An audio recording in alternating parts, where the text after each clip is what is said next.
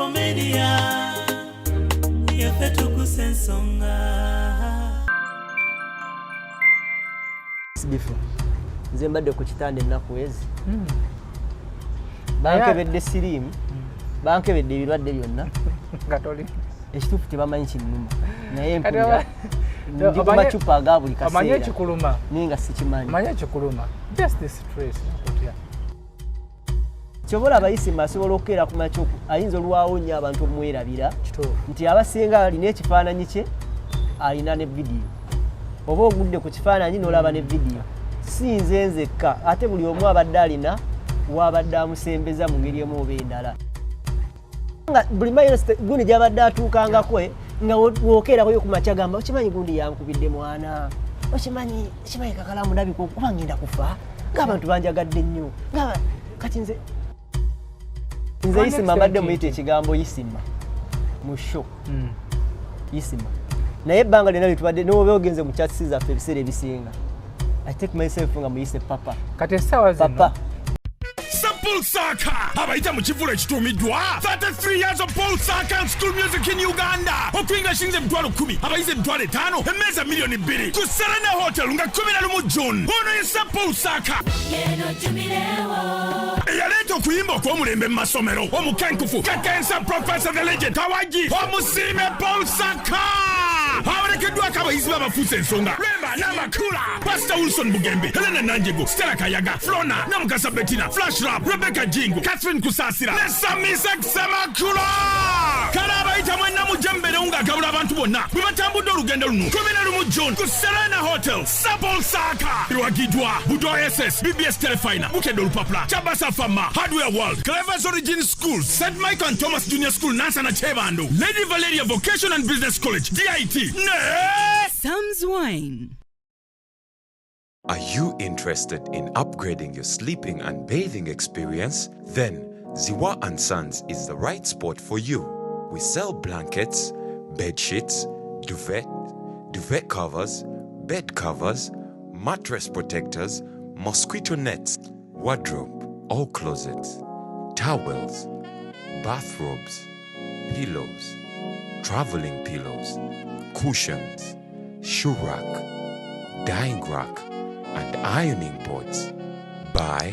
all your favorite products online with comfort from your office and workplace, home, hostel at a go from our website www.ziwaansons.com and have it delivered to your doorstep. Call us on 0705 364 749. Ziwa & Sons, where comfort and luxury is a pleasure.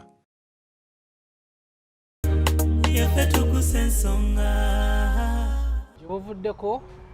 twavirwako taata waffe menta waffe abasinga ate ng'era yali pulezidenti waffe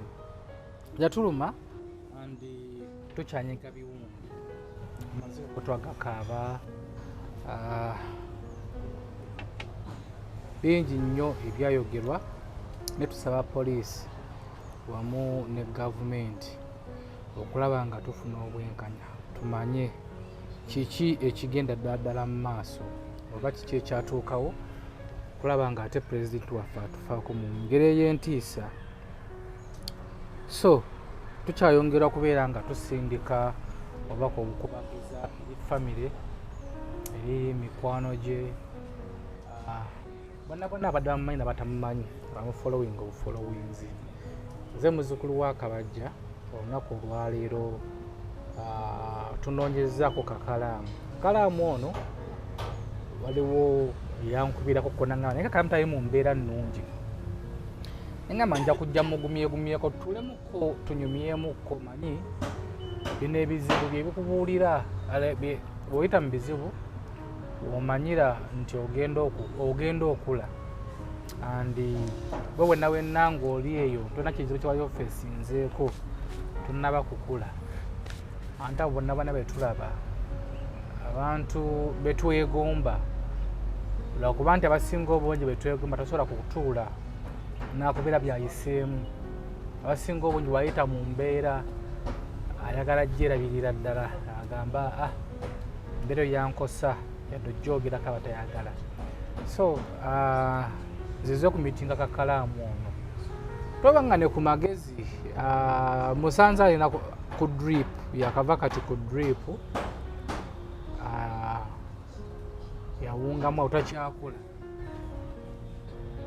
kiki musajja wattu omunaku waabwe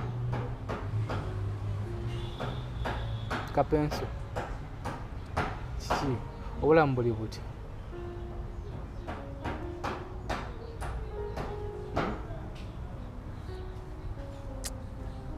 andi embeera gy'olimu ogiraba nali ngibaddemukko andi mukugibeeramu mukazi watagenda kugikujjamu oba maama oba taata oba mikwano gyo gwe kennyini gwolina okulwanagana n'embeera eno eveemu kitegeera so gy'ogenda okukoma okwekubagiza gy'ogenda okukoma kubirowoozaako ennyo kuba kyo kyajja mu kujja mukama zimanyi nze nenanye ngombe egamba nti mukama yasinga okumanya era yakireeta kati ke kaseera Kakalamu n'obwaseeguyaabo kubeera nga bwegumya kuba kati tokyakola ku rediyo wiiki ejjawo nawe enaggwerako ng'oli mu mbeera bweti waliwo babboosi baffe asobola okugumiikirizamu ennaku 2 oba 3 era agenda kugumiikiriza mwezi obukuba okungubaga oba myezi 2 tegeera tubuuzeeko otunaabira njagala tuva wano Kakalamu nga otandise okuseka babuuzizaako nnyo yonna gye musinzire okuba temutulaba baganda baffe mikwano gyaffe na buli munnayuganda yenna gyasinziire okuba te nga atulaba n'abali mu nsi ez'enjawulo abatubadde batugoberera abatwagala abatukubira amasimu abamu tebamusisinkananga nako badde tebamusisinkananga nako wano wenyini wetutudde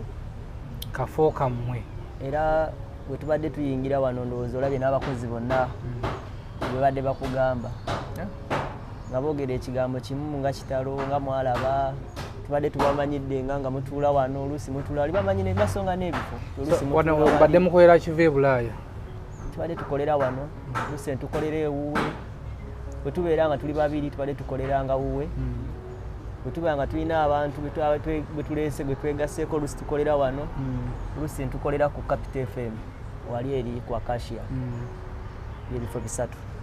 sinabagendako ku Capital kumanya mbeera eriwo sinabagendako waka siddangayo up to now naye mbadde leero olusoose okumpisaawo eryokubo nali nalikoowa nga mpita makubo malala nasaagala kuddamu kuyitaawo kubanga omwami oyo bwe yali nga akyasula ebitundu byeyo bayitayo mu buwaate eyo mubamisaki papa by then nze nali nsula nabweru kawole yali asula Kisaasi Kasuku ndowooza baye yali asula muno n'abalala abamu naye bamugamba nga bamuleeta eno nti eri ogenda beera n'abantu bangi Kakalamu basula omwo Keiza asula omwo Kasuku basula omwo ojja kubeera ng'olina abantu ab'enjawulo naye by then nze nali sinabatuuka nga sinaba kubeera eno nesanga bwesanze afutaninga kankoleki era it was just 5 minutes kutuuka ewuwe woosula paka awabadde ewuwe that is it so Katonda yankola ekintu baganda bange bangi baali bakiyiseemuuko sinza asoose nja kyogera naye mu bulamu bwange ndowooza kino kirabika okuba nga kigezeso kyakubiri naye ekigezeso ekyasooka kyali kya mukwano gwange bali bamuyita Sharifa Sharifa badde jjajja bamumanyi baani Sharifa yagenda okufa nga maze ebbanga nga sibeera nnyo naye nga memories nyingi nnyo sizirina nga naye ate kyantuukako nga neesanze nga ndimu nentuukireyo koddala okakasa lwenfa gye yafa. Yali girlfriend yali mukwano gwange omu ku bantu benabuuliranga ekintu ekyomunda nti kino kyekino. So bwe yafa yannuma memories ze nalina naye zaali zakubeera nga empaka gundi afudde mulabika mulimba nentuuka paka mu mochari erubaga awo okumusikayo nemulabirako like that nemulabirako ddala. Ekyo kintu kyankuba nnyo mu face ebbanga lyonna nga bwenkikola bwengira bwe nti nkiraba naye nali maze ebbanga nga sikola ki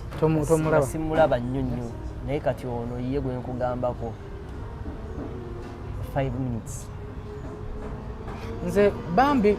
wabambikira Isma omutima gwasooka okumpira yali ggwe ngamba kuba waliwo yali live gye yakola mu nnaku nga 2 ndowooza 2 ku 3 yali ng'ali ku ggwe neyibula live eyo yali nkamanyi era yatrendinga nnyo. Lwaki kyasooka kunkubira ku ggwe? Nagamba kati omusajja ono agenda kutya nnyo. So gwe amawulire gano gakusanga wa? Olunaku olwo lwali lwa 6 ng'enkeera lwe lunaku lwa Sunday tulina shooting. Mwalina appointment naye? Kiva Bulaya badde tumushootinga nga Sunday. Isima badde tumukola naye ennaku zibadde 2 zaali 2 mu kisibo ne tugattako olwokusatu olwokutaano. Kisibo bwe kyaggwa tusigala mu nnaku mmeka? Lwali lwakuna na lwa Sunday. Naye mu zino ennaku endala nga tetukola. Actually Medi oyo Medi when abasisinkana it was a team, yali etandise ofuuka team. Medi ne Sara Yenza nze ne Isa nga tuli abantu bana ne Isima abantu bameka. Kati nga Medi akwatira Sara n'akwatira nani ne Isima. Medi we yajja okutandika okufuuka team okwogerezeganyanga ne Isima kiki tugendo twesangawa ne kikendeeramu kubanga Medi yazuukuka nga mangu ng'akeera ku makya n'agamba omusajja ali ku live kati naye kamulindeko aveeko mukubira mubuulire waabwe tugenda okukola ki okwesanga. So era Medi yakuwanga n'agamba ngambye twesange ku Pentagon oba tugende ewaka oba tugende ku beat capital. Kati awo ekyo nali nakimulekera ng'omuntu. Olunaku olwo live bwe yaliyo gye baŋŋamba mbu mwe yanvumira live eyo nalina appointment ya South African Embassy olunaku olwo ennyini. Uganda South kuba naliko ku program mwalina Mukabya Junior. Yes. N'alangira nti ogenda South. That's Kiva Bulaya shiri twalimu ne Isima. Kati bwe nali ngenda bweti nga nvuga ngenda olaba abantu aginze nalaba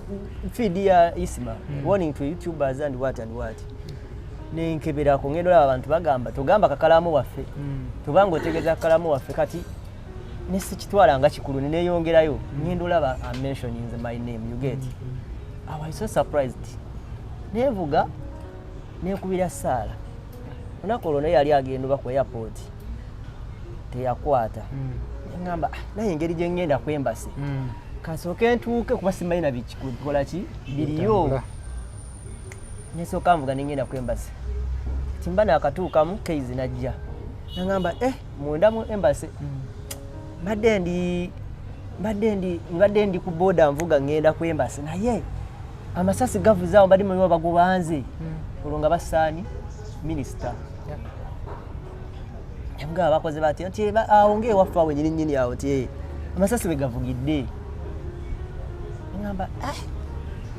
kati ebiseera ebisinga ngenda kubeera sorry about this era nsaba ensi ensonyiwe. Ebiseera ebisinga ekintu ekiba nga kikuyitiriddeko oba onoonya ekintu ekiyinza okubeera kibayita diversion. Kati nze nja kubuulira amazima obulamu bwange bwonna bwe natandika okukwatagana ne Isima Faruku ye yamumpa. Sakozi naye ngendo mukubira essimu omugamba nti nze Kakalamu Isima abadde omuntu oyo ayagala ennyo omuntu buli wawulira omuntu omupya amwegaseeko aba awulira nga oba amaanyi gabadde olaba noona nnoonyeza kirabika nina byenkola ebya nga feeling happy namukubira ngamba Kakalamu nti ojja ontwaleko ne mu wolokoso njagala nnyo akantu ako tulululu you get ku radio nemugamba munne naye mbadde nkunonya naye njagala otandika okuppangayo okushongula akyasulawa eyo gundi eyo ebuwaate ntandika nga okukola Isima naye Isima nga nze nkwata nga tukwasa ssimu teekawo essimu nendikodinga ne tutuula naye wano nga waliwo obufu bwe bali beekwata abantu nti wano wa Faruku wano wa Kasuku wano wa Kakalamu eyo waggulu gye yabeeranga bw'ati bw'abadde nga wano gundi yalikodingira wano gundi yalikodingira paka we yabikyusa eno we yava eri n'agamba mayike enzize eno si buli omuntu agenda kujjanga ewange era nsigazza gundi ne gundi ne gundi n'abalondamu era n'atulondamu nga bwe twali now we yakola eyo live diversion eyo nejja eya minister bwe navaayo ku embase nenkomawo wano sala nankubira nangamba naye omanyi ti muliremu kakawungezi omukubire nga live ogiwulidde ati kati nze sala yangamba yagimazeeko nze saagimalaako kubanga omutima munafu naga tuvudde ku ki nze ebbanga lyonna yalitambuggulirangako newendo n'obuuza ba media abo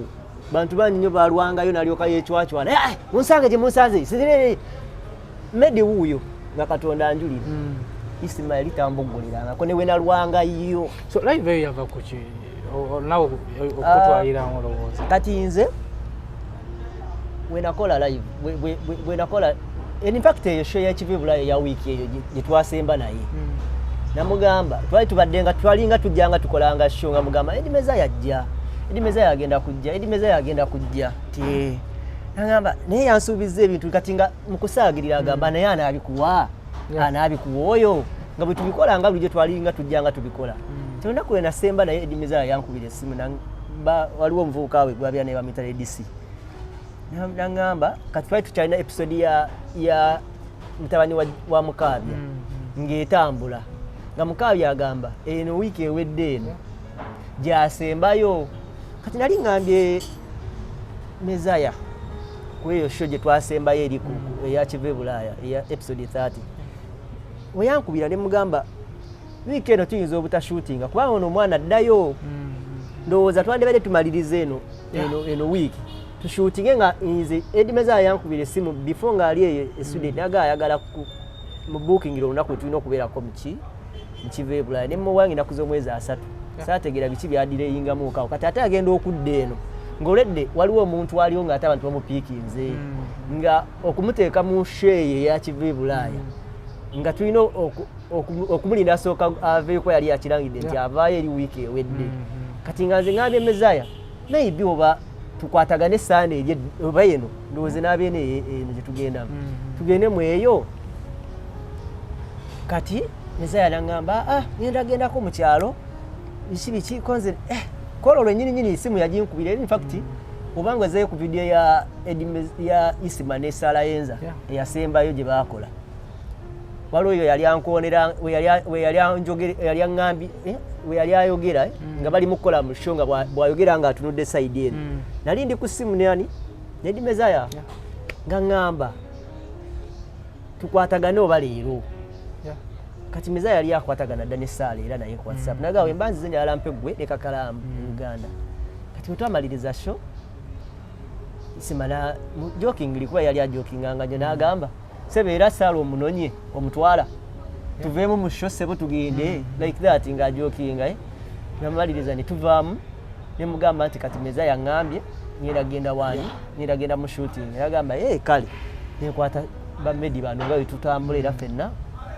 netuvuga ne tugende makini yagamba anyway weyagezaako nnyo okungamba nti taliiwo naye alina byali bya fixinga ne mugamba kale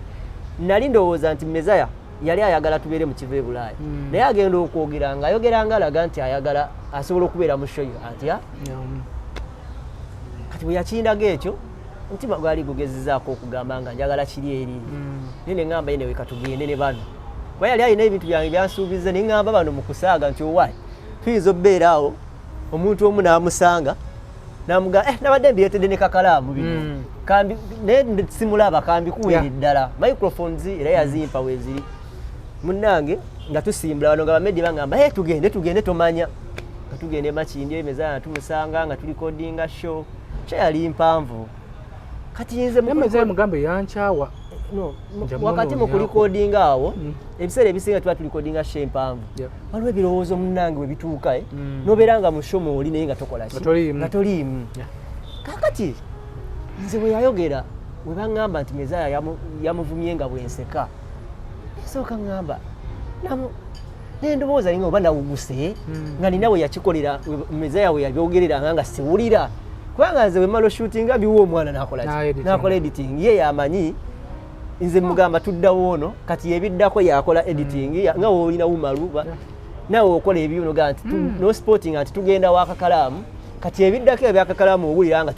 oli editor yalina obuvunaanyizibwa obwokugamba nti kino tekitunyumidde kino tukijjemu oba biki nze ekiddako kumugamba nti enkeera tudda wano noonya mafuta data na source gye tugendako ebisigadde editor kati nze nga nkubira Isa emuga Isa biki byewakoze mu interview biki byewaleseemu biki byewakoze omusajja ng'anyiiza avumyanze kuba Isa ebyadde leeta ina na smartphone yagaana ogendako lwaki tomusasula emugamba olwokuba gwe togendako tomanya kibeerawo gweokola gumu gwakweditinga tomanya kikiddako oba olina byewaleseemu nange saafuna buvunaanyizibwa kutunuliramu eshonge emaze okumunyiriza okugiddako naye natuulanga wansi neŋŋamba ye kale oba singa yankubidde ku saawa 9 ogweki naye yankubidde ku 9 gwakiro ngamba evidiyo nyiiziza naye yandibaddeko million views nali nsobola ogijjayo oba kale singa yankubidde oba kale singa yankoze kati nga ndi wakati mu kukola ki mu kwewundaga nga kiki ekyamunyiizizza mba ndi awo nga ndaba kagundi oba kali ku TikTok oba kali ku Facebook page oba King oba waliwo awo page awo eziri awo zebaga nti ino vidiyo eyaviiriddeko kazaala bulwa nenjiraba nesooka njetegereza nenga nakoze eki wano nga nkitunulira bweti ningamba maybe oba yabadde alina kyakola ki kiyabadde ayagala naye nga tanvumangako kiki ekyaviiriddeko ku kino kola ki okunvuma kati nesigala nga sibitegedde munnaye alina omwami gwabadde atera owuliriza bamuyita mwami oyo wa bakatale yandikando ebiseera ebisinga yali nga alina abantu abamu badde awuliriza naye gwe ofuna omuntu gwa approaching either oba ogenda wa Hamu oba ogenda wa woyo kati wetuzayo kakatale mabega nti webatabuka ne Faruku yagende wa Hamu era Hamu nebakola ki nebatebagana kati nze webyatuukawo nakubira wenava kwembasi netulabwe nti mmotoka ninga naye sobola kugumiikiriza kino okubeerawo olunaku lulamba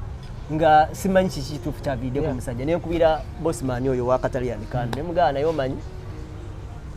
Isima alabika yatabuse nange simanyi kiki kyaliwo kituufu kinamukoze eki naye saayagadde muofendinga naye mbadde nsaba omukubiri omugamba akole ki ansonyiwe era nga olunaku lwennyini munaye nga amukubira nga nziramu aŋŋamba nti mbadde saagala nnyo mukubira ku gundi mukubira direct bimugambira ku ssimu mbadde njala mukubira mugambe tukwatagane tufunemu kalanki ogembi mugambe olwo olunaku lwennyini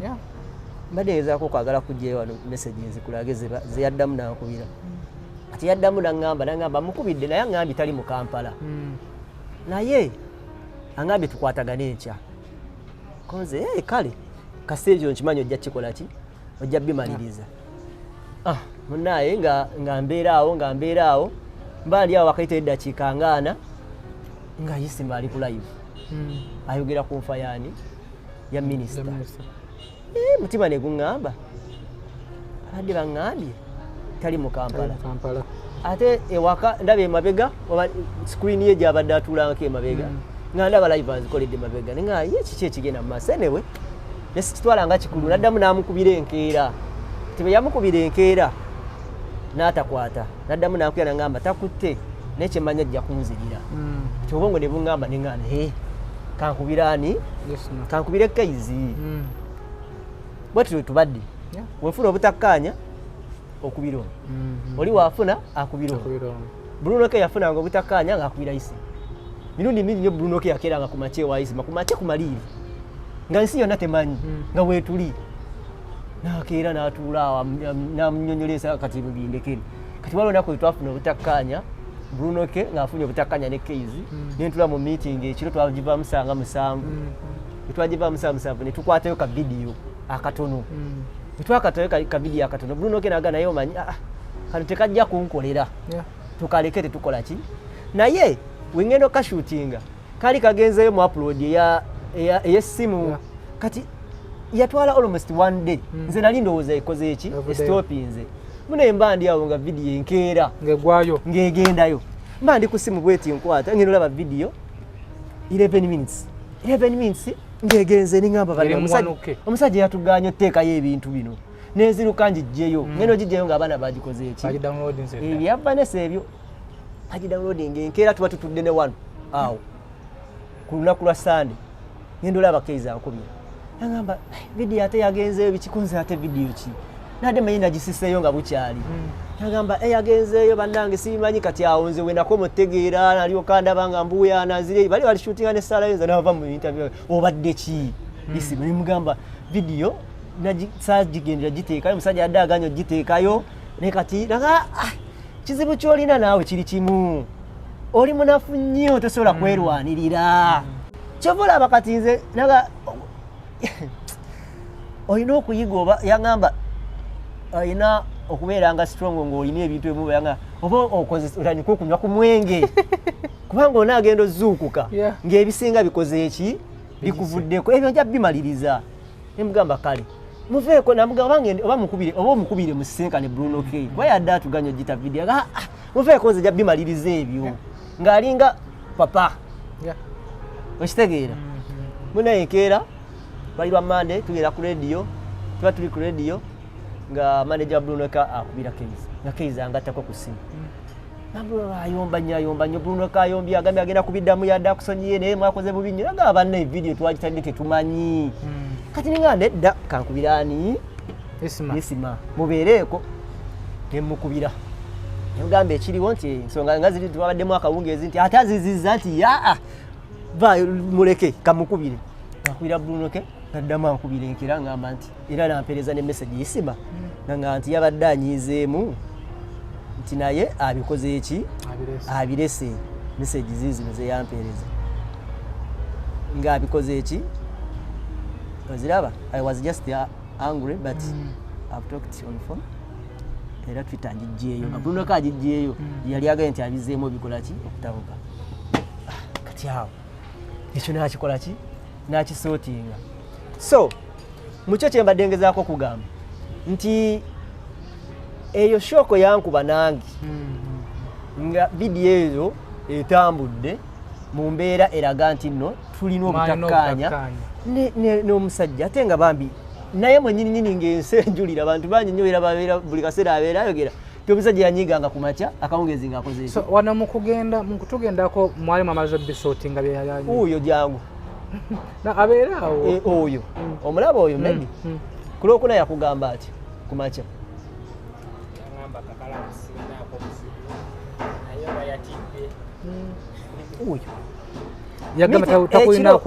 badde gamba ekubira Keizi ekiro ekyo yajja ewaka Keizi yagenda ewaka ewaani ono nga Bosman aze okugamba nti mukubiri takwata ekubira Keizi muga agenda obisootinge kubanga gye bijja ne Fifi da Queen ayinza okukola ki okunyigiramu kuba ne bamentioninga ate Fifi bw'ananyiiga tuyinza omaliriza nga ne Ibro ankubidde tangamba Fifi ayinza okunyiiga n'agamba nti ne bakutwala mu kkooti nti erimeza yamumentioninze ate bye tutakyayagala kati wenkubira Keizi mugamba omanyi nti esooka osisinkana isi ebina asooka abikola eki abisootinge kati gundi ava ku TV ekiro agenda ewa Isima era yavayo esaawa 7 ng'ogwekiraawo namugamba Kakalamu abadde eki nti ali eyo atidde simanyi alowooza mwanyize bikinaga kati ye yali mu tiimu ye gye yali amanyi mu Fefe nawe bitwali yali amanyize ne Bruno K nga Fefe weaker person abe yali alinda mu nsi era yali akyogeranga nnyo aga utiitiira nnyo tosobola kubeerako nobeera strongo biki kati nga gundi ankubira keizaga nti omusajja takulinaako buzibu naawe era enkya mukeere mukole ki mukole kati ono ankubiranga bulijjo medi kyagambye tukole ki tukole mba neetegeka bali bagenda shootinga firimu ki ndowooza ne baaliima alina firimu gye yali atandise naga naye bano abafirimu budde bugenze ku lwokuna olwo lwenkugamba abafirimu bagenze shootinga kati ojjukira olunaku lwetwali oba mafiina tebaliba friday ku birthday ya Fiina yakuba era yakubira keizi n'agamba musajja Kakalamu alabika okuba yatidde alina ekigambo kye yakozesa gwe muntu gwe saagala ku mentioninga nti kalinga akatego kuba yali akimanyi nti nze sobola munyiigira ng'ayagala kumpitirako alumbe omuntu omu we yali ayagala nze akimanyi tujja kumala twesorting era we yakubira n'oyo keizi kye yamugamba naga nze sibiriiko netatiitirira nnyo kubanga ku lwokuna olwo ng'amaze ova mu firimu ezo looza yatula wansi ye muntu abadde ng'akola ekintu natula wansi n'afumiitizaaga oba namukosezaamuko bambi oba nina kyenyinza okukola okitegeera era mu audio gye nasembayo gye mbadde saagala kutangi kuzanyiddeko gye yasembayo okumpeereza mu bulamu bwe teweetonda ebyo biki ebyo tuli tiimu okitegeera so nga nkomyewa tubadde ku nsonga naye tubadde tugimaliriza so eyo mbadde temulina buzibu bwonna ate nga bamukuba ku Saturday ku Sunday sio tulina okuddamu shooting ku Sunday kiva e Bulaaya so enfa ya muganda waffe oyo kiki kyewagifunamu tuli mu mulimu gwe gumu nandi bingi byetukola bangi abatuwalana oyinaavayo nakutekako ekigambo nga tomula nomira notomiti nakubirako waliwo ensonga zewansotingira gwe kanyini zijjukira bakennyini nga nebuuza omukulu oyo kiki nze ekiyinza okunnuma mu kino nti abantu abali close ku ffeffe kaffe abaategeera nti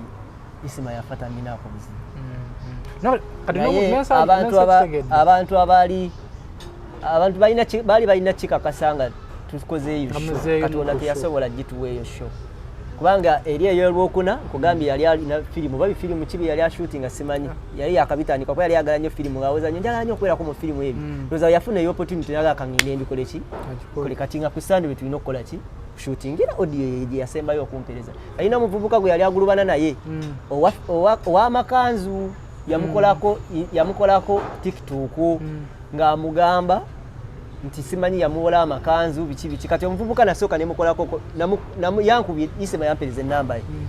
era twamutuma na impersonator wano isima yampereza ennamba ye impersonator ogiraba kati nampereza audio nangamba omuvubuka oyo mugambye akukubire yetondere muki kamera kati bwe nakubira oyo omuvubuka nanimbalimba ndi simanyi ndi kawempe simanyi ndi wani mu ddwaliro biki kati olwaddako oyo audio yasembyeyo gye nkukubidde eno nga ngamba tolina byetonda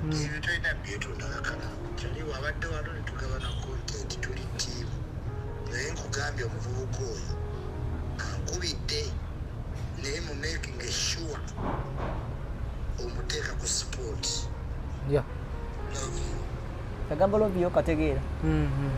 amanyi kye kategeeza aba akwagala yeyo message gye nasembayo okufuna mu bulamu bwe okitegeera so this is the memories I have so memories is I get nempulira nga maybe katonda yankola ekintu kyesimanyi oba nsobola okuddamu neneezimba ng'omuntu naye am trying my level best kugezaako okuddamu okwezi ati nze ekindese kwogera nayo Kakalamu memories z'olina nali mbaddeko nazo and zikyandiko naye gwe kennyini nagambye nti gwe kennyini gwe osobola okuzejjamu before nze mbadde ku kitanda ennaku ezi bankebedde siriimu bankebedde ebirwadde byonna nga toli ekituufu tebamanyi kinnuma naye mpulira ndi ku macupa aga buli kaseera amanye ekikuluma naye nga sikimanyi amanye ekikuluma just the stress nakutya osanga ng'omuntu nga beera wonaaseka yekka olaba tanyiiga sometimes osobola okwejjako stress gwe kennyini kati oyo gundi ono olunaku olwo omwami oyo afenga isima nalina akatuuka ewaka eddakiika 10 nali nva makindi eyo naye banaye okumanya Katonda ono ebintu ebimu ebiseera ebisinga bakiyita ekyebikiro nga tomanyi nze nasooka nenfunanga ekisulo bakiyita ekisulo ku liiso ekikubanga bekiti nga akubira maama oli bulungi naye nga tategeera lwaki mubuuzabuuza oli bulungi maama ndi bulungi kiki mwana wange naye nga sikola ki sikitegeera kati olunaku lwetwali owa mama ffe ku makya nafuna running stomach the all day obala kuba wali akunkoko nedda nagenda okgenda mu olunaku olwonna lwonna nalina running stomach gyesifunako mu my life you get nga twalya bintu nembeeraawo batwadde ku nnyama nembeeraawo nga sibitegeera era ne ku Saturday ku radio saakola ku makya kati esaakola ku makya nga running stomach wamaanyi nyenyenyenye kati akawungeezi neŋŋamba kantambuletambulemuko oba netugendako ewa Spice Diana nenava wa Spice Diana nengendako awo emakindi nenvaawo nga bali banzizaawo erulala neŋŋamba kanzire ewaka nenvuga nenzija ewaka mana akatuuka ono yali yansibudde ku makya Dooni nga Dooni aŋŋamba ngenda Kabale nafiiriddwa naye siyimiridde oba onkuttemuuko nankwatamuuko akawungeezi kati bwe natuuka ewaka ebiseera ebisinga nina oluusi wenteekamu koodi mu ssimu just twegala kusumbuwa naye nze mba nkulaba kati Dooni ankubira amasimu curucurucuru namuweereza ssente kati bwe yampeereza amasimu curucurucu amini nga nkubira ngalaba message zijja nenga ye Dooni sente zenkuwadde zotasobola kukakkanako nga mmanyi ankubira ŋŋamba sente nzirabye nemugaa era of course nze azikoze eki kasita nze nkitegedde kampumule mba ndi awo omwana oyo yisa tatera kunkubira simu gwenkola naye abeera ku kamera atena simu ya WhatsApp mba ndi awo nga yisa nkubidde kima nesooka njomuze simu nenga naye nenga naye waayi kamukubire nenziramu nemukubira naŋŋamba yesemba bamukubye amasasi saamuddamu kigambo kyonna nemuggyako nenga kati ono atali ku WhatsApp atali ku intaneti ategeera atya okusebuka nze nengenda ku intaneti ngenda ogenda ku intaneti maneja wa page ya isime ya Facebook ye maneja wa page yange ya Facebook mandi anga kulike dakiika meka nga postinze akafaananyi ka Eddie Mezaya ku page ya isima Eddie Mezaya simanya ayagala senkanani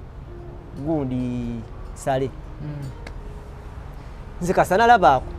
neŋŋamba yisa oba mawugulu simutegeera sigenda muddira nenzizaawo simu wansi kati mba ndi awo Dooni addamu ankubira ono Dooni sokojje nawabeeraawo Dooni nga nkubira addamu ankubira essimu endala neŋŋamba bannaye Dooni kiki wangambye oli Kabaale nga nkwata simu nga nkubira Dooni nga Dooni aŋŋamba mwana isema bamuse musajja bamuse kozi bakoze eki bamuse kati nga jala mubuuza gwali e Kabaale otegeera otya ebiri ekyanja nanga atowakana nze ndi wano ku kyambuka ewuwe n'emmotoka ekyakubadda bwendikeeta nga nzija nga nkwata nga nyambala lisindira mu shoti waka nga nzija nyambala awo empale teyali nikola musipi nga nyambala awo ekisweta nga nkwata mmotoka cucucucucucucucucu dakiika 5 simanyi nawe natuuka naye amagulu gano gagenda gamenyesemenyese nga gali omanyi kubeerawo ng'okankana katono nansaasira nenvuga emmotoka nali ntuuka waliwo emmotoka era gye nasanga ey'amajje ng'egudde bweti mu mwala awo ngaoba bwe bakubira minisita simanyi nawo waabeera watuufu nga egudde mwalinga oba yeeno nenga nesiye emmotoka ya isima kati nenvuga okwambuka otuuka awo naye wakati mu kwambuka media ankubira ngenda olaba simu ya Saala ankubira Saala olaba nenziramu nenkubira Saala yese babamuse kati nga gali agulu nga nkiwulira ekigambo kinene nnyo ng'ekigambo kinene owulira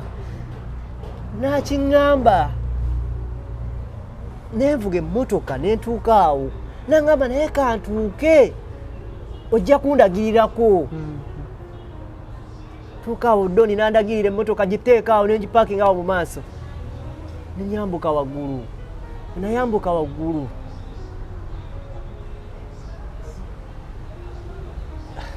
ngolo poliisi era emaze okutuukawo simanyi nayambuka waggulu Doni nankwata awo nenengera emmotoka ngaekuba ki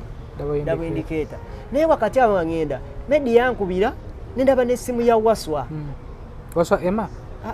Balema yinti waswa dereva yabadde dereva wa Isima kati esimu engeri gye nali sinaba gijja mu koodi Waswa yakuba teyayita kati ndowooza Waswa yakubira nze yakubira ba Medi nakubira ba ne Sara ero no kwanze Sara yankubira nga ayogerera waggulu nga ekigambo kinene kyazitowa nnyo nga nkiwulidde nekwata esimu okuddamu okubira Waswa natuuse ku location Waswa nga esimu ye teriiko nentuukawo nenjiraba emmotoka ekubadde abo indikeeta nezijjamu koodi mu ssimu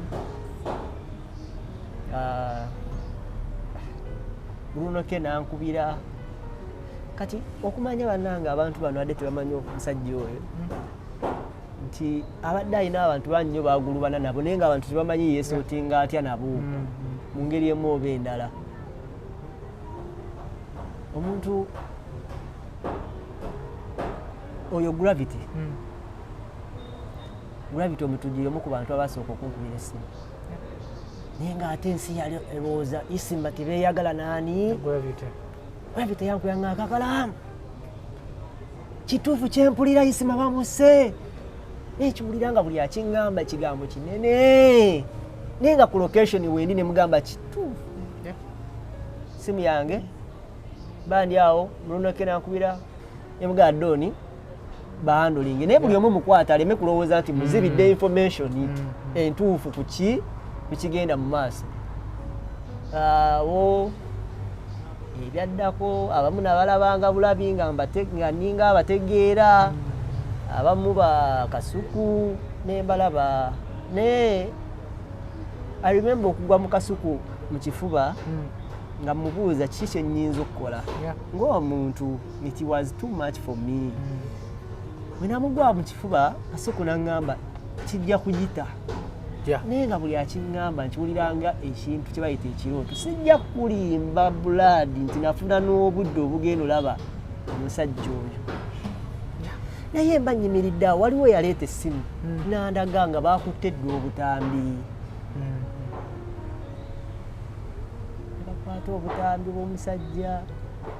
nga bwe babuleeta awo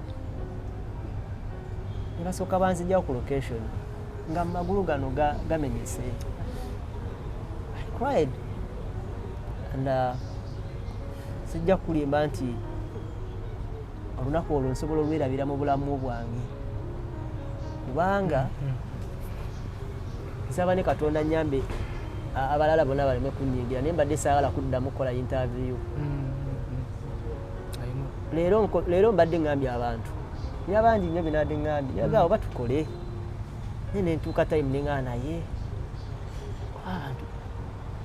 nandi kati embeera kubanga Isima oyo alinga bwolaba firimu movie buli omu amulinako access kyoba olaba Isima asobola okukeera ku makyo ayinza olwawo nnyo abantu omwerabira nti abasinga alina ekifaananyi kye alina ne vidiyo oba ogudde ku kifaananyi n'olaba ne vidiyo si nze nzekka ate buli omu abadde alina wabadde amusembeza mu ngeri emu oba endala nkugambye naye bwe nyininyini wandimukubidde essimu n'omugamba nze esibifu mbadde njala kukolako kibadde kigenda mumusanyusa ng'awulira Isima nze omu ku babuloga basooka omukolako no I mean this time kubanga buli mayiro gundi gyabadde atuukangako nga wookeerakoyo ku makya gamba okimanyi gundi yankubidde mwana okimanyi Kakalamu ndabika okuba ngenda kufa ng'abantu banjagadde nnyo kati nze twagenda e Dubai ne tuyingira mu saluuni y'abalundi abalundi oba bali balundi oba Banyarwanda I don't remember Tyson eyaŋŋamba naga bano nno bakyali baffe sime banyalwanda oba kinga tebamanyi na Uganda nenga bamanyi isima blood magana mu saloni ya Mudeira nga simanyi twali eyo wansi Wakanda bajita Wakanda tugamba abasajja b'abanyalwanda nga bagamba my friend tukerera kugwe biki isima nakomaona etwali montero nangamba naye bagenda kufa abanyalwanda bamanyi bubakerera kunze balabanzi yali yakifiiringa dde ekitegeeza ng'atuuka ewantu ng'emukera ku makene nalyoka awuliranga musanyufu abadde omukoleranga akantu katono nnyo nawuliranga ali ape era nga ne ku makyaka era kyogera abo basizamaani bonna balina memories sizamaani yamuwakana akantu sime bakayita kaani kana akatambuza twagenda nako e Dubai nga buli kaseera akampa nangamba naye manyi bakakozebwa esikamanyi nanga naye banaye yampadde ekyuma nga buli kyomuwa ayinza okuba badde ne weakness yerabira amangu kubanga abantu badde bamuwa ebintu bulina kuba badde babeerangawo bulina kungookera waliwo amuwadde gweoyinza omuwa kino leero nawuliranga musanyufu nookera ku makyaka waliwo amuwadde ekirala naye nga buli woogendayo nakugamba gundi yampadde kino ebyo ebimuli ze bandeka mu hoteri e Dubai ne bagenda eyo simanyi mu wayo gye bagenda nakomawo nangamba okimanyi Olivia nakakanda mpadde ekimuli mwana kiwunya bulungi kati ng'olabira ddala bannaye ebintu ebimusanyusa yogete olabira ddala ebintu ebimusanyusa buladi oyo nga ng'ogulabanga ebitono naye nga ye mu bulamu bwawulira binene namuwa amasaati gali obaana bana yisima yanneebaliza ninga naye tugende ku simanyi byagamba nga abantu ebyesapatu nze nga sibijjukira mukomera naye nga bulinaku akeerako ekyo Kakalamu yanjiberawo simanyi mugundi muki mukomera yambira nga ze si abadde nga buli lunaku alabanga obulamu bwe bweyongera genda mu maaso era waliwo obo abadde ani aŋŋambye mbu asobola obeera nga Moze Radio ekiwumbi kubanga Moze Radio bagambanga talidizibwawo kituufu kati naye isima naye asobola okubeera nga mu saidi eno ey'ababloga asobola okubeera nga Moze Radio w'ababloga asobola kudizibwawo. Kakalamu ogenda kufuga otya memories zino n'okunyolwa kw'olimu okudda ku mirimu si kati blood nakati kino kyenkuwadde bangi nnyo badde bankubiranga essimu before na buli ankubira essimu buli bwayogera kati ngenda kuwa example njala okwebaza bakama banga ab'oku radio bwe twaziika isima ku Sunday nalowooza ndi strong enough ogenda ku mulimu ku Monday emotoka yange yayisisize nayo kikomera yali isize wa Keizi kati bwe nfuluma ku makya nentambula mungende njinone ngende ku radio kati bwe nfuluma bwe ogenda ku radio amini ogenda awo kugenda onone emmotoka mba ntambula nisanga bagayi wa boda yinga kitalo ekya kitaawo nonafuwa awo ewaffe awo nga kitalo nembasanga kati bwe natuuka awo nali ngenda kuddayo wakaninga naye we nasigala ate eno memories bagenda kuŋŋambanga nyo kitalo oba kangendeko ku radio we naawulirayoko ku bantu nga boogera ku biboozi ebirala ebitali bino wetuuka bwe nti ku geeti nga kitalo nengenda ku reception nga kitalo nengenda mu common room nga kitalo na buli omu awoza kitalo nga mpulira njalafunayo ku kintu ekipya ekitali kitalo kati kiriwo ekikakalamu amasimu gange nga gawoza kitalo bangi nnyo bankubiranga essimu nga buli ankubira nga sola baddamu nga just cry kubanga nawuliranga ekigambo ngoya be strong nga mpulira ekigambo strong bakyogera naye nga kinanywa tegeera amakulu gakyo nawe ogenda kiŋŋamba muganda bange kyekugamba kiri bwe kiti kiva bulaja gye mwasimbayo okukola mukabe junior yalaga nti ogenda esouth kituufu ndaze ku visa yafuluma kati gekaseera visa yafulumye nze nafunako nga kyolimu emabegakawe bya Asia naye nafulumamu neŋŋenda e Dubai ndowooza babiraba otuuka akaseera nga tulina wagala kulaba ku bintu bipya faces empya kizibu kyenina kiri kimu gundi SB4 olabika okubanga nga gwe omuntu oli welcoming to even being out life yange eri so complicated actually isima yantegeera nnyo nga tuli e Dubai nange namutegeera nnyo nga tuli e Dubai kubanga ye time gye twafunako okubeera nga tusharinga nga tuli ffenna eyaddala kubanga bino bitwabeerangamu zinina life naddenga na life ye ya misana tumaliriza okukola tudde eno yate yagwanga ebyo waswa ekolere simanyi mu bifofo feeyo eddewa Kakalamu ddawa nti kanzire eno kale tunaddamu mwana kale kati okukwatagana naye okukulu nantegeera nti ono obulamu bwo webuti mulimu waka kati kyewe ekiti yantegeerera Dubai era ye nga ye omuntu yatulanga wansi era akimanyi siri mukyakazi kati nze nsobola okukeera ku makya nga nti kituufu ngenzebwa South Africa visa njirina era I've tried to cause very many people nga mbabuuza about this idea. What can I do? The boss man of Kakalamu Kando, the Supermania guy, a lot of friends abali mu abroad gamba how will people take this kubanga even last episode ya show Isma was aware about my submission ya kiriwe kiti kyenkogamba kintu kimu nange bafinalize nga kingamba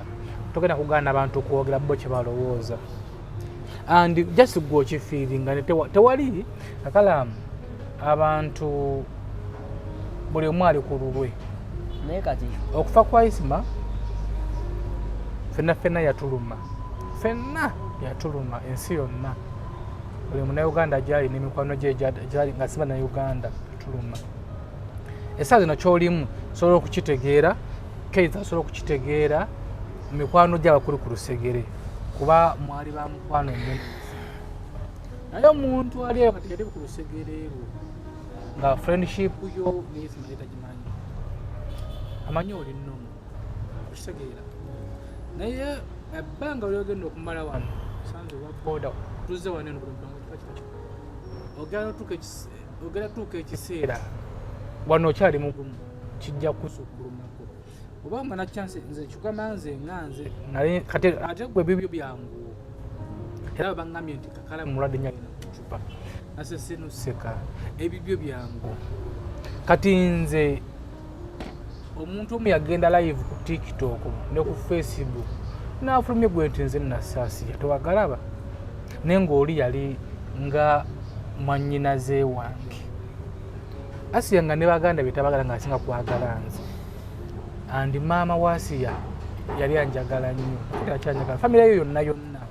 naye bano bayagala nnyo okukonvinsinga famire nti nze natta Asiya ekintu ekyo kyalinga neneebuuza ku bantu abamu omuntu yasinga okumalamu amanya yali mamafina namwebuuzaako yansekeera busekere sinangamba gwokyali mutebe alabe kyajja so Kakalamu omango kati gwe sooka weefeeko gwe nga gwe tosobola kufa ku bantu balala kubanga omuntu omulala togenda mupuloovinga tugwe mutuufu kyekugambye okitegedde nze nkutegeera nze nga nze omuntu siyenza omukyakaze mbimanyi era siriwerokali togenda kukyakala simanyi na kintu kye bayita out kiki kyetegeeza nga ofunye chance egende South Africa visa wali abaddeko ne bakuwa visa n'otasanyuka muyadde kati wulira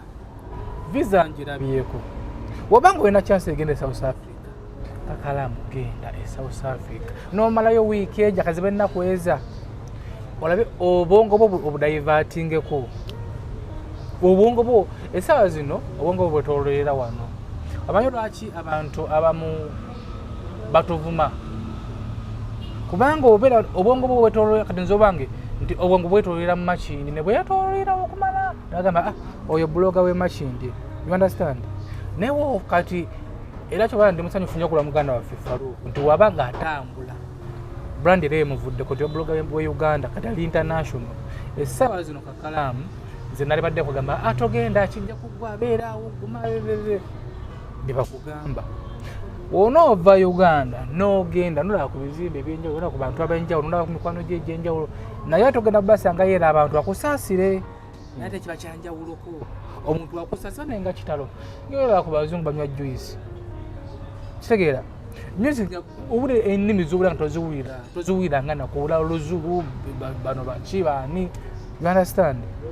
South Africa naye emikwano Junior yaddayo mukaabi Junior munaye nze nali simanyi nti Junior ya setting up at the night actually nze nali mu expecting okubeera nga morning show y'okumakya twali tulina obeera naye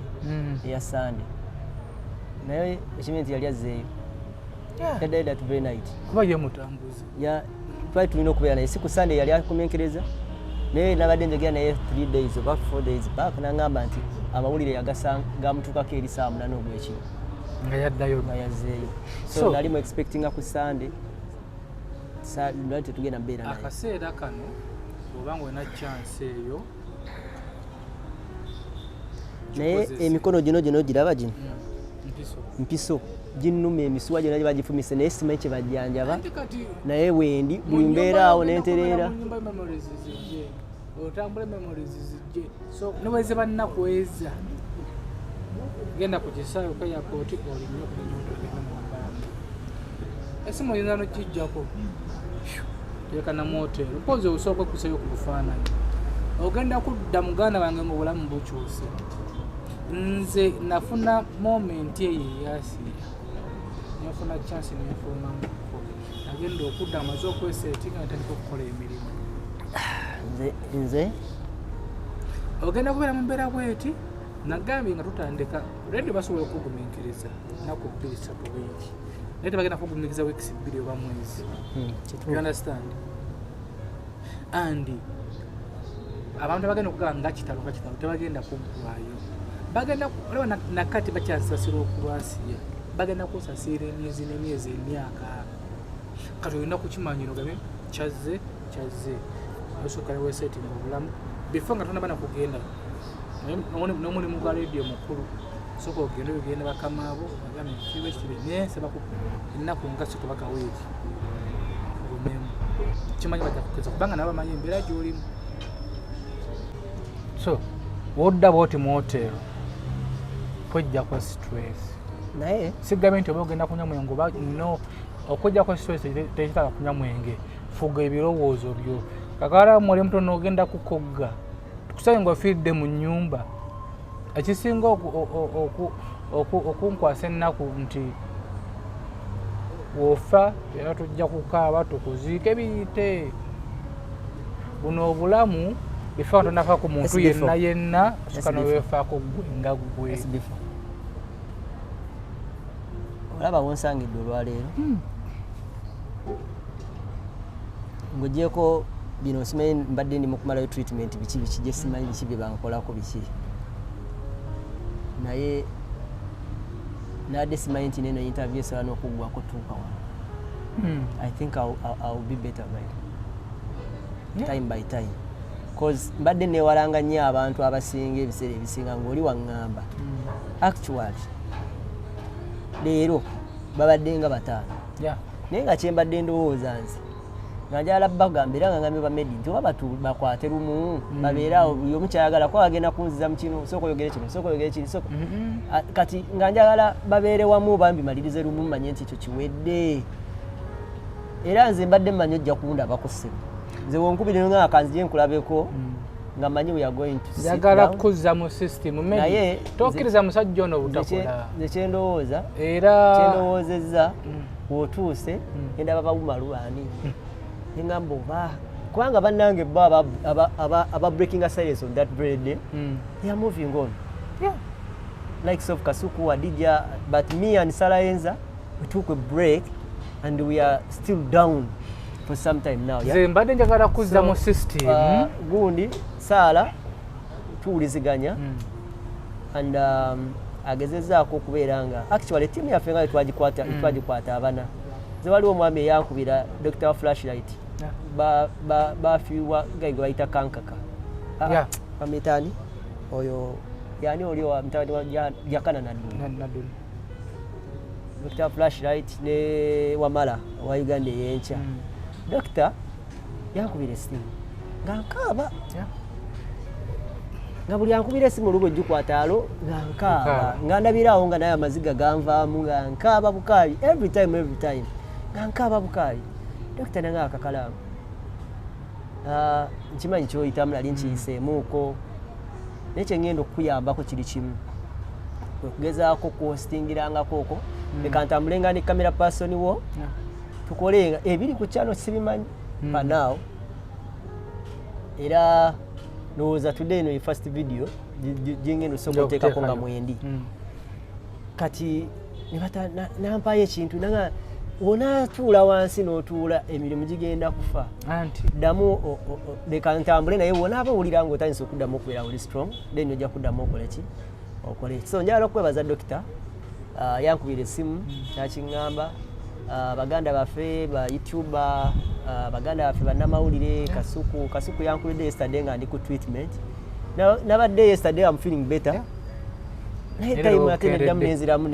nenziramu nengira even today mbanga atereeramuko mpulira munda muli eri nga omanyi kye bayita okukankana n'okankana n'olabira ddala nga weetaaga okuddayo mu ddwaliro ne bakuzaayo nga naye case naye abadde mulwadde naye amaze almost a week nga tali ku radio ku TV era ndasooka kutwalayo ye mu ddwaliro ne muvuga ate n'oddako ne banzizaayo ng'ate yaliko like tuli bwe tutyo naye ali ku macupa naye tannaba kutereera naye era twongera omusabira era tubadde tulina travelinga naye fena tuli awo tugaba what can we do right now kiriwo ekiti akadde kano okukungubagadde kusobola kuggwawo zengenda kuwako story ya taata wange yatufaako nali muto by then nali mp6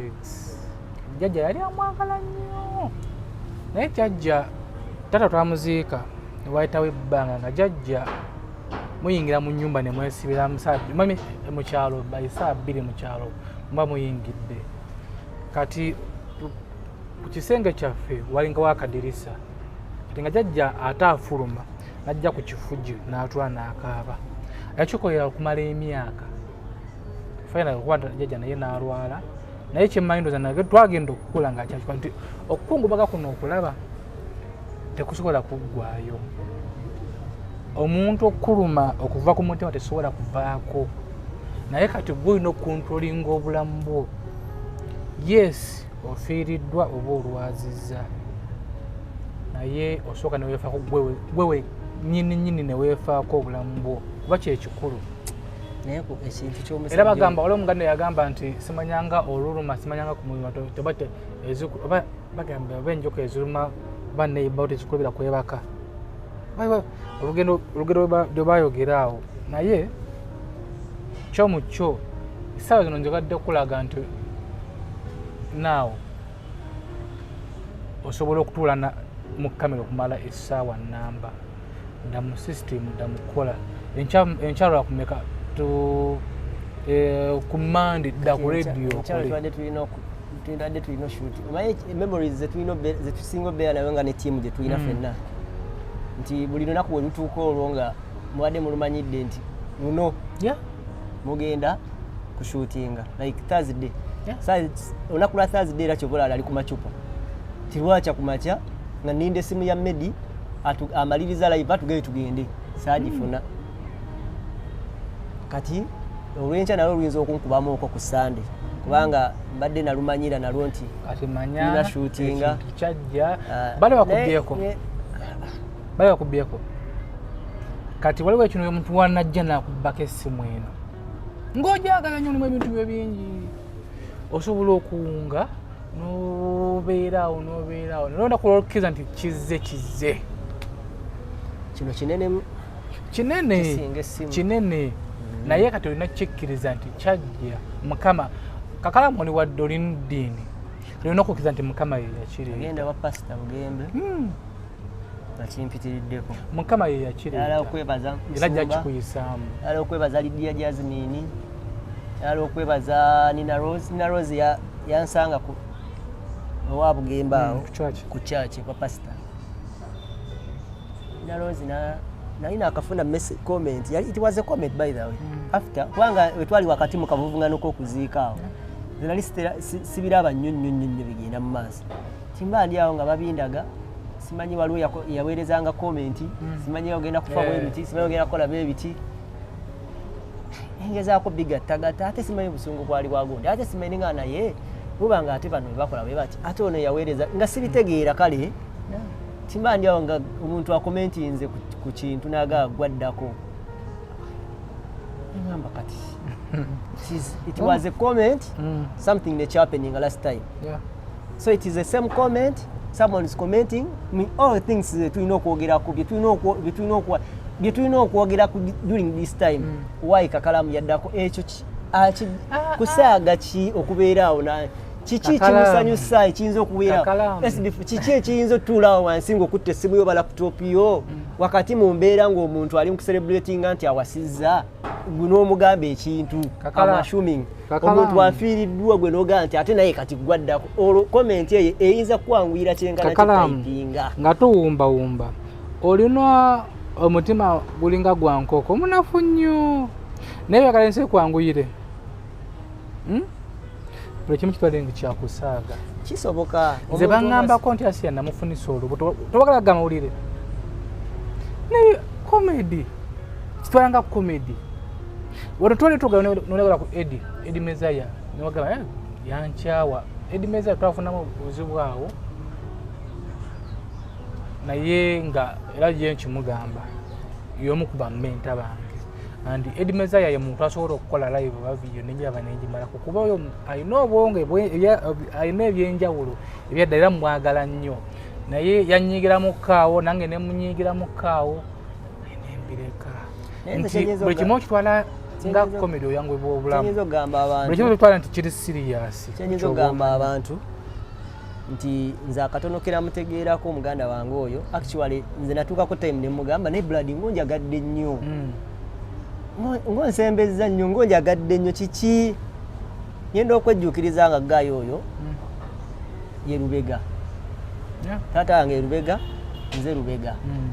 ningamba oba kano kekagezaako kekamusikasika kano kiri bwe kiti omuntu ng'onookwatagana naye olumu Katonda yaba akitegese oto olumu kiba ne ku blood group mwezi obanga mwena blood groups nga zifaanagana nze nasisinkana amafiina that's why tubadde twogera mu alino ngamba buli muntu agamba ye yakutwala nange binsukulumako olumu ono agamba ye yantwala oli agamba ye yantwala oli agamba ye yantwala nange binsukulumako ne twakwatagana nnyo n'omukyalo oyo sometimes nange nze ongana nga yanjagala nnyo nebyo ovanga ku muntu nebamusalako ekigambo ku mutani gwatuuse okuzaala nekitamukosa nayongera kukusembeza so kalinange nowooza science kyali awo naye nakirubulirizako nebagamba nti olumu ofuna mukwano gwo ne mukwatagana nnyo ng'ate omuntu oyo abantu bagamba nti muzibu nnyo kitegeera kakati basobola kuba nga oli muzibu nnyo naye Medi n'akwatagana naawe kati nga omuntu asanga Medi abuuza naye nkwatagana atya ne Kakalamu oyo you understand olumu ziba nteekateeka za Katonda olumu blood group zino tetutala kukebera blood group sizaffe n'emikwano gyaffe naye olumu zikwatagana ekintu ekibadde kisinga nga okunyiizanga n'okunkabyanga kwe kutuuka mu kifo n'ensanga abantu nga bembadde ndowooza nti bali somehow close to him nga they are putting in some smile like nga balinga balaga nti kyanguye mangu okubeera into normal ekyo kyokka kyekibadde kisinze ekikuto kyalinga kyekino kati mwe emisajja mwe gyali gyakwatagana nti kati gwe tabadde muganda wo kati abadde nga taatawo nti era nze Isima mbadde muyita ekigambo Isima mu show Isima naye ebbanga lyonna litubadde noba ogenze mu kyatisi zaffe ebiseera ebisinga I take myself nga muyise papa kati essaawa papa kukyatisi zonna zino osobola okufiira muganda wo naye tokuluma nga Isima bweyakuluma nti mubadde n'ekyenjawulo kintu kirala kyonna kyonna kiyitibwa mubadde n'ekyenjawulo ate gwe kyotamanyi naye kyabadde tamanyi kituufu nti kyo kiba kyanjawulo Katonda olumu yakyesigaliza oba gwe nawe osobola okinoonyeza n'okifuna naye nga tokiwadde nze bampa hotero namba e Dubai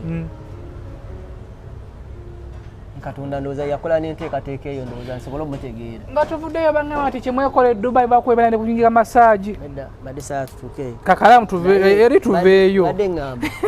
nti ekintu ekyasinga bwe batuwa egundi eyo e Dubai ne bampa hotero okusulamu e Dubai nabagaa kansule ne bano eri gye bampa yonna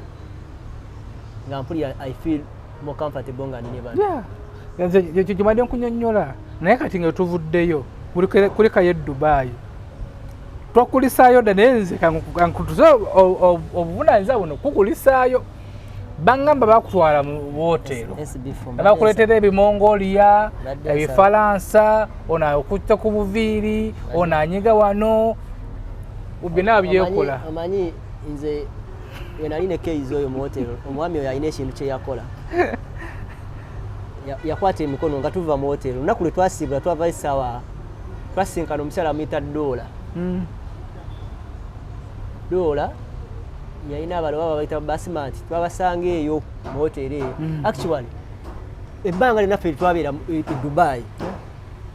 waliwo omwami yatusanga ku street neisima natukwata ku mukono n'agamba mbaagala nnyo naye mbadde ngenda ku kyuma wali kubanga twali twabasinkanye bangi nga buli mbaagala nnyo nekifuuka mbaagala nnyo kati omwami yatukwata bwati ku mukono atugamba bane mbaagala nnyo naye mbadde njagala agenda leeri ku kyuma mbawe ku ssente netugendera ebifaananyi ebyo byetwali mu t-shirt ya papo pate nga tuli mulinga mu moolo yatugenda n'agenda mu hoteri amini ku kyuma n'asikayo zaali diramu bibiri ku ffenna n'atuwa neyo Tyson yadde manager we naye n'amuwaayo mmeka wazaali 10 yo yali atuwadde ku ssente era kaabula kata Dubai tumusiibule nga tulina ezo zokka nze najjayo simu era ono ngola soko kugendayo kati nasanga omukyala wetubeera mu hoteri omwo ekiro tuba tuli awo nga bakubye ebisitole bingi simanyi ttiimu bantu tebabeerawo bakadaama biki Douglas ava mu hoteri gye yali asuze mu ruumu adduka emisinde ajja tusanga tutudde bwe tuti mu hoteri basatu nze Keizi ne Isima n'akwata n'amugamba Isima wano gwatuyisaawo ekiri ku social media kikutte omuliro gundi yaffe egenda kukola ki egenda kusaanawo bagyogerera bingi tuyambe egenda ku live n'agamba ti n'atula bw'ati n'ajjayo essimu n'ateekako n'agamba kati okumanya bannaye oligga ayinza obutaddisibwawo bannaye bwe yatula wansi n'atandika okukola live bannaye gye tuli nnyo nze ate nadde simanyi kumanya nti nze ne Kakalamu ne Keizi ffe bazze okulaba omuyimbi tebamuliiko bwininaagi tebamuliiko tulina amaanyi mangi n'amazzi etandika okujja mandi awo yali alina ekikapu era ekigundi ekyo ekikapu sipiika yakimuwa kiriko fulaga ya Uganda yagenda nakyo ng'agamba kaakati tugendagenda mu kiraabu nti ng'omuyimbi tanaba kuyimba nti nze mugenyi omukulu Kakalamu agenda kwabayitaayitamu nkawo n'ekikapu nga pasita Mbonyi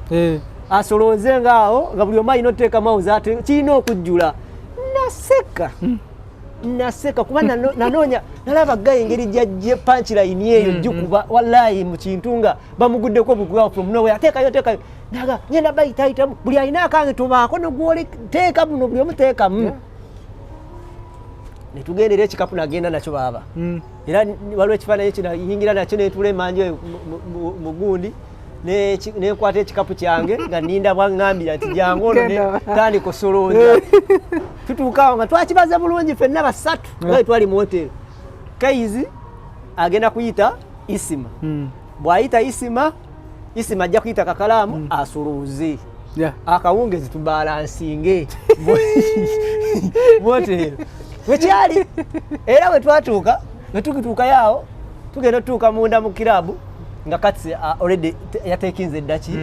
katwa kuba naye katubayitire Isima katugenda oveeri nga ffe twaplanize edde kyaffe tugenda tuukawo tugambe patsi simanyi gundi ono tiimu gundi ne tiimu gundi teeka wano nga gwaffe gwakusolooza nga tukibaze munda mu hotero tutuuka mu eri nga kati ekintu yakikoze eki n'aleeta Isima ate tuzinyemuko ku mpera awo Isima we yazinira akavidiyo nga azina empere mu gundi mu kiraabu bwe yazina empere musajja wattu kati nga Douglas ate tutuukawo olwo bikyuse Douglas bagamba ogenda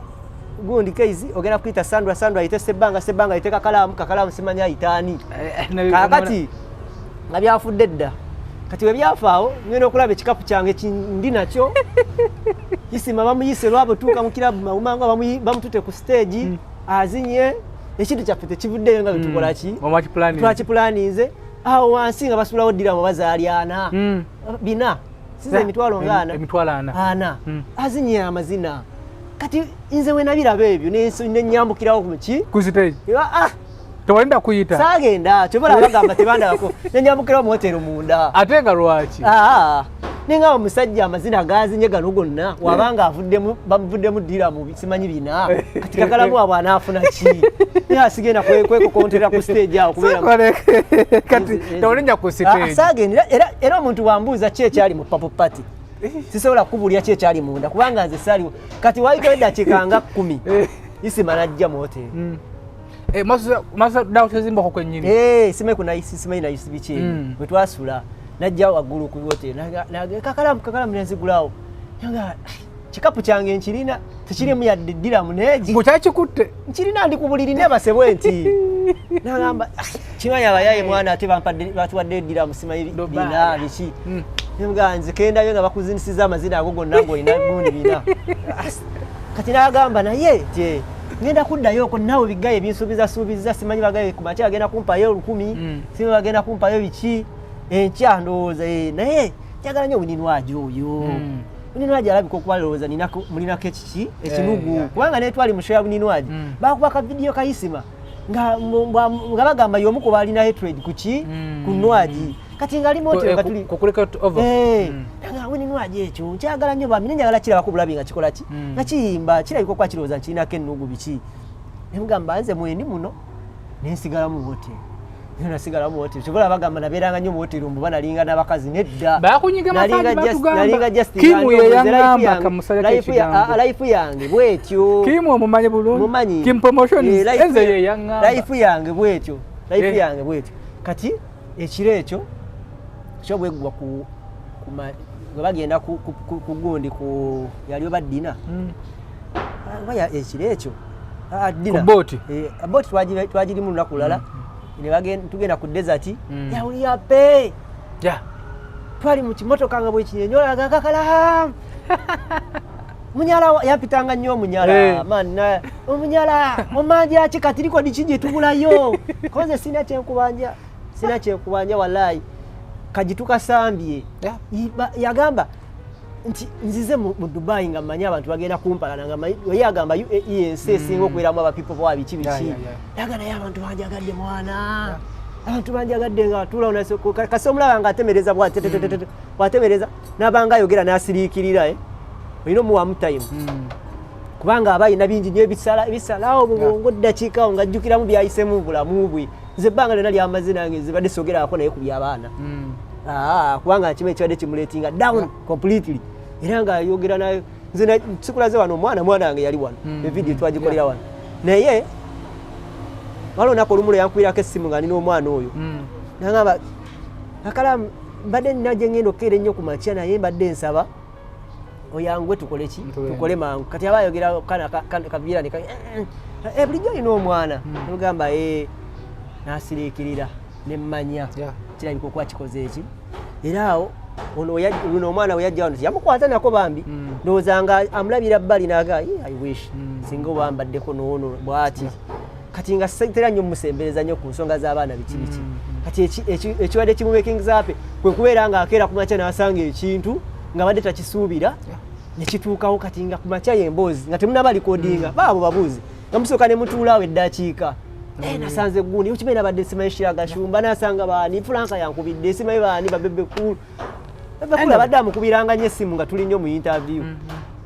ngera avaamu nnyo amurespectinga nnyo ng'avaamuko mu interview era kibe bula ya wiiki ewedde yasitukasitukanga nnyo omulabi wano badde nkulaga akatambi ke twasembe nga bamugamba ku South Africa era bebekulu yali amukubira ng'avaamu n'amuwuliriza n'akomawo mu interview n'akola bw'atyo kati mbadde nkugamba ekiro ekyo twali tugenda avayo nga tetufunye ssente ezo ekiro ekyo Keizi atugamba aliwo omukyala atwagala oyo $1 kati tugenda ekiro ekyo wannayo omukyala oyo yatuwa euro sina diramu azali euro actually eta zitegere nazitegeera bwetuvayo eyo ekiro saawa nga mu 8 bwe baazituwa yazikwata nga musanyufu naye nga amanyi ddiramu musanyufu kati Keizi n'amugamba ezo nno euro n'agamba what euro tie ate kyemunkoledde kinene nnyo ne tuziteeka ku buliri piikinga basatu kyenkanyi piikinga era zeezo ssente nga njogera amazima ze yafuna e Dubai ezaali nange ze nafuna ezaali segerekeke zikadde zekezi yajjanga buzimu live nga kumacha kwanza nzekezi yateranga nnyo okudda nga zinazukusedda ngamba terutwogere ku ki kino alien skin yayogedde kino yalumba nnyo bise alien skin yayogedde ku kino tumuyite wantu tukolebwe tunebwe tutikali nga atandika kumacha asuze wano ze nsuze wano era live ngambera mutulage ku Kakalamu twege Kakalamu ti abo muleke munyala ali apeta ina kyaba hanjansi kati keizi ngajja kumacha naga nafunye yozi keizi otunda tulo tutuba tuwebasenga gwo obozi otunda tulo so anyway as before it will take times and seasons to discuss about him nze nkugamba I'm feeling better yeah and I'm becoming strong day by day. A lot of people bankubidde banji to confront me banji actually inze ntandika okulaba ebintu nga bagamba nti mu bonna tusaasidde ggwe yeah n'abantu bennyini tisibasiru babadde bakiraba nti nze isima tambaddeeko na buzibu forever no matter the situation abantu gye balowooza nti mbu abadde afudde mbu nga tulina obutakkaanya abantu bakitegeera nti tebasobola kubeera nga banyiiza ebbanga lyonna kubeera kyovulaba era abandi badde batandikaga ndaba yafudde yakunyiigidde naye nabo bakitegeera nti ekyo takimiiniize I know so memories zo nnyingi tutandika okuzogera kutuyinza okusulawo naye yessaawa nga mpombawumba oba genda South Africa agenda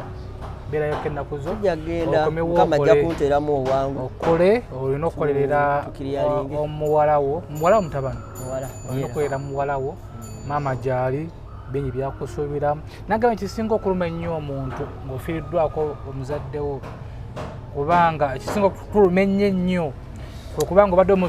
obadde omusuubira omukolera ekintu notakimukolera ate naafa waliwo ekintu omanyi maama wa Isima bamuyita Ajati si ye maama we mwennyini kuba maama we omutuufu ye twagenda okumundu nze we nategeera n'emyaka gy'emituufu Isima kuba nze naye nali mmanyi mukadde nnyo naye bwe twatuuka eyo nendaba emyaka maama we egiri ku malaalo gye yafiira gye yazaalibwamu noono gyawoza simu emyaka 5 plus ninga ne Isima yaseka busesi by that netegeera nti ye bambi yakuliyetinga kinene abantu nti nga yakimayi bajja mu kibivu mu obukadde nakibakuliyetingirawo was just about 44 birthday gye twa celebrating olunaku lwa breaking down you remember gye twakolera ne Fifi da Queen twali wakaawo n'agamba abantu balowooza ndi mukadde naye nze ndi 44 ngamba what I think yangamba 44 message bulungi nga 40 abadde n'abantu baddayogeramu omuntu wabasobola okugatta dotisa so otegeera nti ogiwa simanyi yali ogiwa bano bagundi yani omuwala wa NP kati yali ku NBS yani bagala ogiwe mukyala wa Donald Mayinja naye ogiwe kati babale mbaweza 5 abo tebaziweza just anyway katukuwerekereze badde ngamba maama wa Isima si abadde maama w'omutuufu naye omuntu abadde ayagala Ajati lunaku lumu katuno ne dansaasire we naafuna obuvumu obugenda e Dubai oba naafuna kye bayita abaya tutwali e Dubai ku street tutambula bwe tuti olwo tetunabafuna sente kuba eri ga twasimbula kiro ku makyanga bukya kati twakola shopping edde before twakola shopping ekiro ekyo sente twazifuna kiro sanga 8 zegambye twamaze dokola shopping twamaze dokola n'okuparkinga twakukola olwabo wa dola tetwanaba na kunaaba tetusimbula ekiro ekyo ne tugenda ku check in okudde e Kampala so twali ku street nga tutambula nagamba Ajati n'omugulirayo ku abaya kati Tyson n'amugamba oyo manager we namugamba naye era siza bbeeyi nnyo tusobola okugenda ne tuziramuzaako tezisusa nnyo mitwalo 5 egye Uganda netuyingira mu dduuka wallayo omuyayi n'atugaddira mu 5 addira mu 5 sijja mitwalo 5 netufuluma agamba eza bbeeyi ngenda munoonyezaayo ekintu eki I wish we naaba ntambudde ate tujja mugirayo abaya alabika yali ayagala agimufunire Katonda wanaaba nnyambye nga nze funye Ajati tabadde maama we Ejati abadda inze yangamba abadda mpita ka penso ajati amulaba ko lumu mutabuliki nali njala mukola ko interview twali eyo ne baganda ba Isima Isima muleka bere mugapu ze bichi but omaine ekisinze n'okungumya by the way kulaba taata wa Isima he's doing the interview by the way I thought tajja kera ku macha zikola mimi namulabe nga ali strong ngamba obolaba mutabuliki he's doing it oba nange we na kera ku macha ne njogera oba nakera ku macha ne mpyanga chimvuddeko I took each and everything chempulanga chinali I was so proud of him. Yeah. I was number one fan to him. Sarah, you're breaking her down. Naye izo ndoza naye ngena mu advisor a breaking ayogere. Wana ayogera ndoza naye jawuliranga tribute ye yajiwaddeyo. Abantu bategere huwa. Enchangu twalikoba mu out. Motoka pichize mpaka. Ati ze kizibu kye nina era abantu balina ebizibu nange. Era ne try to plan ne Isima egende London. Omuntu agamba abana atwala Kakalamu era ndali mulina ekizibu ono ye mujja muvaako buvi kubata abera mu hoteli bulamu bwa hoteli ona badda nkubira kati tugenda testinga mpapiza mpaka sebe that is a simani tugenda mu lale fatukigunda badda nkubira champion waliyo tuziriawo kasanje si wala abana bazibusa mbanze yakweta mbinyo yebitu mbisika ko ku bintu ebipya mu bwongo nabe naye tandiko okunyumirwa ko life obolia Isima badda mnyumirwa life babo ba medi olumaliza interview med waswa ekolere yo kade wetaage babi kisimanyi ne abadde anyumirwa nnyo life ye ku pule esawa yazino wetaage nkunone ncha sameka simanyi naye ekirala Katonda oba ayina ekintu bambi kisimanyi na kumanya naye Katonda simanyi kibadde wakati awo naye abadde ayina ekintu ng'akeera ku makya ng'olabira ddala ekintu ekyo kigenda kugguka ng'olabira ddala nga nenjogera gye muwogera naye ng'alabira ddala buli kimu kiwedde kigenda kugguka wallahi ne kitagguka era kati ndi so surprise okubeera nga abadde yeesunze nnyo simanyani byaba bloga bine bibadde this time round guno abadde agwesunze nnyo oba kibadde kigenda okuva mu bino gondi yafe gye simanyi president sikimanyi kibadde kigenda kuva mu kubanga olaba yatuuka n'okuyombera nti tumukolera campaign ku bino naye nga last time nga twabirimu nnyo n'ebino tubaddengamu naye nga sikimanyi kibadde era nga tubirane sayi tuganda naye musajja waffe goba president agwaga kiki ekiri wano Plascon yali egenda muwa bwa ambassador nga buli we tugendayo kiwedde tewali kigenda kusazizwa mukiwedde kituuse inafuka ambassador waki Plascon era nga nze wabyogera nnyo ngeno owulira nga bisazeemu omuliro nga simuddamu kubanga mba ndowooza olwo akkiridde bambi omutima gunafuye kubanga naye atuuka time ng'alabye ddala kigenda kugguka tekigaana abusimayo ba URA waliwo bali bagenda omuwa simanyi oba bikinga gagenda muwa simanyi abeera ajja akyalinga kusimba awo nga nzajja okwogerera nga URA simanyi bikinga n'ebintu byayogera abamufera biki simanyi nebikkirira kati bino ebya blog ekibadde kigenda ovaamu kirabika okuba abadde agenda fuukuba biliyoni yo bakiki kubanga abadde alina engeri gyakyesunzeemu mukama yasinga okumanya byonna so enkya tugenda mu ndulo nkunona ku makya simanyi oba najja ekya programu yeriete simanyi nze simanyi kiddako naye kati ekiriwo question eriwo yo eya kiva e Bulaaya kijja kugwa Bulaaya oba ki ekiddako and plan yonna mukama yasinga okubimanya Medi omuntu kyayinza otuula mu kiva e Bulaaya mbwatuddemu kale abantu babeera ne kye bayita simanyani experiences ekya making such a Bulaaya naffe tetukimanyi kubanga it was just a normal show nga tukola nga bwe tukola wano lunaku olwokuna nyina owulira nali njogera ne Selector William nemugamba Selector William mukimanyi gwe founder wa kiva e Bulaaya nangamba kikinyi lwaki nemugamba kimanyi twali tuli mu show nga tuli mu kukola show yaffe yali yalwakuna nayogera ku kintu kyo nefeseko nga nyingi nnyo naga oyo simanyi ani Selector William tolaba nti yagenze eno bwa serebwe agenda kugwako ku flying pan simanyi ku mukazi nga amukoze eki nga mukubide simanyi mukubye flying pan ku kawalaata awo neseka ninga isima yoga neba tukuyetingeyo ko lunaku lumu nga twogera ku bye Bulaaya nti tugikuyetinge nga tugera gikuyetinga netutuuka ku lunaku lwa Sunday nga takyabijjukira nzija nemugamba no tugenda kujja no ku shooting ate tugenda kola ki tugenda kola kweri show gye twagambye ku shooting bane Katonda abadde mulonje gye tuli Anyway, byo biwanvu and bingi nnyo, memories nyingi nnyo. Abantu bakubiranga bifo nga bagamba omusajja obadde simwagala. Simanyi nga manyi people power. Nebire ebintu. Era tusete bagiyita kive Bulaaya mugatta bantu. Yeah. Anyway, byo biwanvu naye katubayerekereze byebyo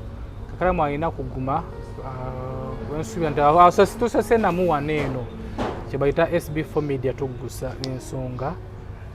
so gwe wenna wenna ng'oli eyo sasiddeko mutabuliki kama kigambe ya kizibu kyako baganda balona omukyala ali era ebweru eyo omukyala muganda wa SB1 Isma naye tumusasiddeko nnyo muganda we bangi bambi ajati anyway byebyo muganda watu weyagera ani waswa yasinga okumanya naye katubasiibule abatuteekamu akasente abaziwa and Sons tubaagala nnyo basanga bakumukwana akeedi genda bakuwa ebintu biri mu gino gendako ne mu bulango buno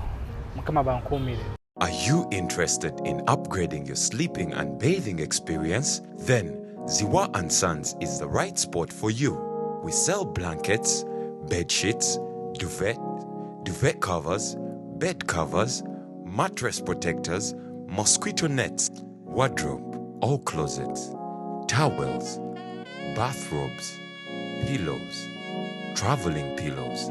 cushions, shoe rack, dyeing rack, and ironing boards. Buy all your favorite products online with comfort from your office and workplace, home, hostel at a go from our website www.ziwaansons.com and have it delivered to your doorstep. Call us on 0705 364 749. Ziwa and Sons, where comfort and luxury is a pleasure. Yaffe tukusa ensonga